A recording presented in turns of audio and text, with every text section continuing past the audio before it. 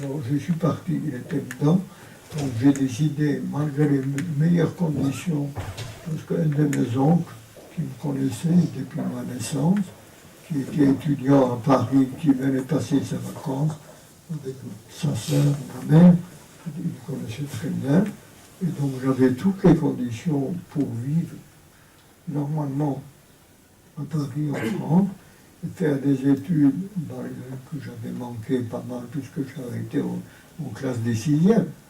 Donc j'avais quand même un handicap important. Mais même pour mon oncle, il n'y avait pas de problème. Je pouvais rattraper ça, je pouvais mettre des études. Et je n'ai pas accepté. J'ai refusé. J'ai perdu 10 ans comme ça pour arriver quand même à comprendre que mon avenir était peut-être par les études. Je suis parti en Palestine en m'engageant dans l'armée à l'époque, même ici en France déjà, en Ghana. J'y suis parti et il m'a fallu 10 ans, si vous voulez, pour prendre conscience. Je voulais faire des études, que là-bas je ne pouvais pas le faire, je n'avais pas de famille, je n'avais pas d'argent. Et donc je suis revenu en France, où j'ai pu entreprendre des études avec un décalage de 10 années. Pour vous dire, si vous voulez finir, de perdre une année, de redoubler une année, ce n'est pas une catastrophe, c'est pas grave. Vous allez rattraper. Non seulement vous allez rattraper, vous vous rendrez compte 10 ans après que l'année que vous avez doublée vous a apporté d'autres choses qui vous ont servi après. Donc il ne faut pas en faire d'avoir perdu un an ou 2 ans, ce n'est pas grave du tout. L'essentiel, c'est plutôt d'avoir un but. Si vous avez un but, si vous savez où vous voulez arriver, vous trouverez toujours le chemin, ce qu'il faut faire pour y arriver. J'ai terminé. Est-ce que vous avez des questions?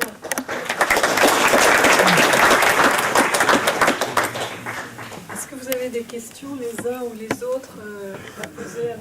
Buzyn? Osez, hein. Fiona, vous avez dit que votre sœur avait été sélectionnée. Peut-être que tu te lèves et que tu parles un petit peu plus fort. Vous nous avez dit que votre sœur avait été sélectionnée comme vous du côté droit, mais vous ne nous avez pas dit ce qui lui était arrivé après, en fait. Oui, vous avez dit que votre sœur avait été sélectionnée comme vous du côté droit et elle voudrait savoir ce qui est arrivé à votre sœur. Oui, une bonne question. J'avoue que les questions qui sont posées au général comme ça ont un inconvénient parce qu'elles m'entraînent, je ne veux pas dire à une nouvelle conférence, mais m'entraînent à un développement qui prend du temps. Et le temps manque. Pour ma sœur, pour résumer ce qui s'est passé, je l'ai vu passer du côté du travail. Connaissant sa maladie, je me suis dit, elle ne pourra pas souffrir parce que fatalement, même si par son âge elle était capable de travailler, déjà elle n'était pas capable de travailler et par conséquent, si elle fait des crises, elle allait être exécutée. Et par conséquent, je me suis dit, c'est pas possible. D'ailleurs, quand j'ai cherché dans les listes que je vais citer, je ne l'ai pas trouvé, parce qu'elle, je le cherchais, parce que je savais qu'elle est allée du côté du travail. Et puis ce qui s'est passé, donc je ne la trouvais pas sur aucune liste, j'ai conclu qu'elle était morte en un des camps des femmes. J'ai essayé de suivre un petit peu, de savoir où les femmes du Getternot sont allées, et je savais qu'elles sont arrivées à Bergen-Belsen, etc. Et donc, je me suis dit, puisqu'elle n'est pas sur la liste des survivants, c'est qu'elle est morte. Et donc, il se trouve, en arrivant en France, à la frontière française, on nous a changé de train, alors que le train allemand était délabré, 3e classe, 4e classe. On arrive à la frontière française, du côté de Metz, on nous transfère dans des wagons première classe Pullman, vraiment, pour nous, c'était quelque chose d'incroyable. On avait des tétières avec hygiénique pour la tête, etc. Je peux vous dire, pour nous, c'était quelque chose d'incroyable. Et on était reçus dans chaque gare que le train s'arrêtait. Il y avait la fanfare, la musique, il y avait des gens qui nous donnaient des bonbons et des chocolats. Vraiment, c'était tout à fait incroyable. Et moi, étant dans les gares comme ça, je voyais des gens qui ont des croix rouges, je savais qu'ils étaient médecins ou infirmiers. J'avais mis des petits papiers sur lesquels je marquais le nom de mon oncle. Et l'hôpital Rothschild dans lequel il travaillait, je savais, et je mettais mon nom en dessous, comme quoi, et je donnais aux gens en disant, pour pouvoir parler, parce que je ne parlais pas le français à l'époque, et en disant, faites parvenir, on va le faire comprendre. Je peux vous dire, aucun de ces papiers est arrivé. Je donnais 4 ou 5. Aucun n'est arrivé à destination. Et puis, au contraire, pour ma soeur, justement, qui, elle, a survécu dans un hôpital. Elle était très malade, donc elle n'était pas résoncée. On l'a mis dans un hôpital à 40 km là-bas, de Bergen-Belsen. Elle était couchée là-bas. Elle a eu la même initiative que moi. Elle a écrit un petit mot.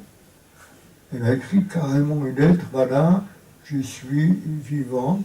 Je suis à l'hôpital très malade. Et puis, elle a signé son nom, et elle a donné à l'infirmière là-bas, et ces petits mots écrits a fait peut-être 4 ou 5 personnes, je ne sais combien, parce que c'était en Allemagne. Les gens n'allaient pas à Paris tous les jours. Eh bien, mon oncle, qui a survécu, mon oncle a reçu son mot. Et il savait qu'elle était vivante. Il ne savait pas exactement. Et quant à moi, comme je n'avais pas de réponse, j'ai conclu qu'il était pas vivant, qu'elle a été déportée comme tout bien des champs, les autres. Or, ce qui s'est passé, il y a une femme, une éducatrice. Nous étions reçus par l'OSE, l'œuvre de secours aux enfants, qui est une institution sociale juive dans laquelle je suis actif aussi, mais bien, eh bien,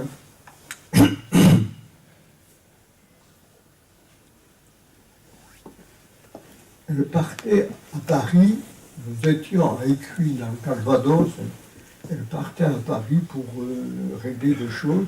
Je l'ai chargée d'aller à l'hôpital pour demander si mon oncle était vivant, s'il était là ou pas. Elle m'a promis de le faire. Étant là-bas, comme elle avait beaucoup de choses à faire, finalement, elle n'a pas pu aller à l'hôpital. Elle a téléphoné. Elle a téléphoné. Il y avait le standard 10 avec les fiches en disant, elle demande est-ce que vous connaissez un docteur Cohen. Il dit oui, oui, tout à fait, il est là, justement, il est déjà, je vous le passe. Elle lui passe.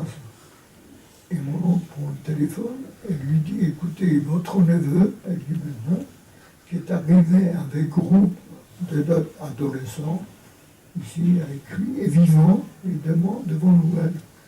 Bon, donc, lui, comme elle savait déjà un peu ce qui s'est passé, plus que ça, il pensait que si quelqu'un a survécu de notre famille là-bas, en Pologne, c'était mon frère, parce que c'était les plus grands, les plus jeunes, costauds et tout. Donc, alors il dit à cette femme, il dit, madame, vous vous trompez, ce n'est pas Ali Buzyn, c'est Avram Buzyn. Alors, elle lui dit, non, écoutez, moi je viens, il n'y a que de jeunes adolescents.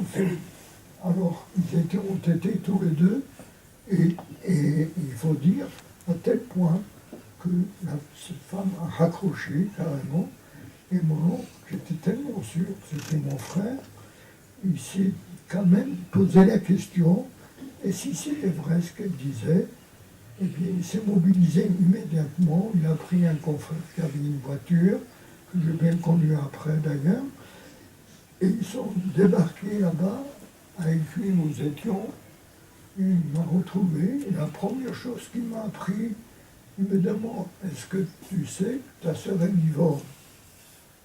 Moi je l'ai reconnu tout de suite, je l'avais vu en vacances en 1939, il en était 45, il me sort les petits papiers de la poche, il avait dans sa poche, il me montre le papier de ma soeur. Et vous vous rendez compte, un, je retrouve mon nom. Deux, j'apprends, j'ai encore 2 ans qu'il est vivant, que mon oncle à Tours était vivant, que mon oncle, l'autre oncle à Paris, vous pouvez imaginer ce qui vous tombe brutalement comme ça sur vous. Et autour de vous, vous avez 400 adolescents. J'étais le premier à avoir trouvé de la famille proche en France. D'autres avaient trouvé la famille dans d'autres pays, au Canada, en Australie, etc. Mais je veux dire, en France, où nous étions, j'étais le premier à le faire. Voilà. Cette scène, il m'a appris, et il se trouve effectivement,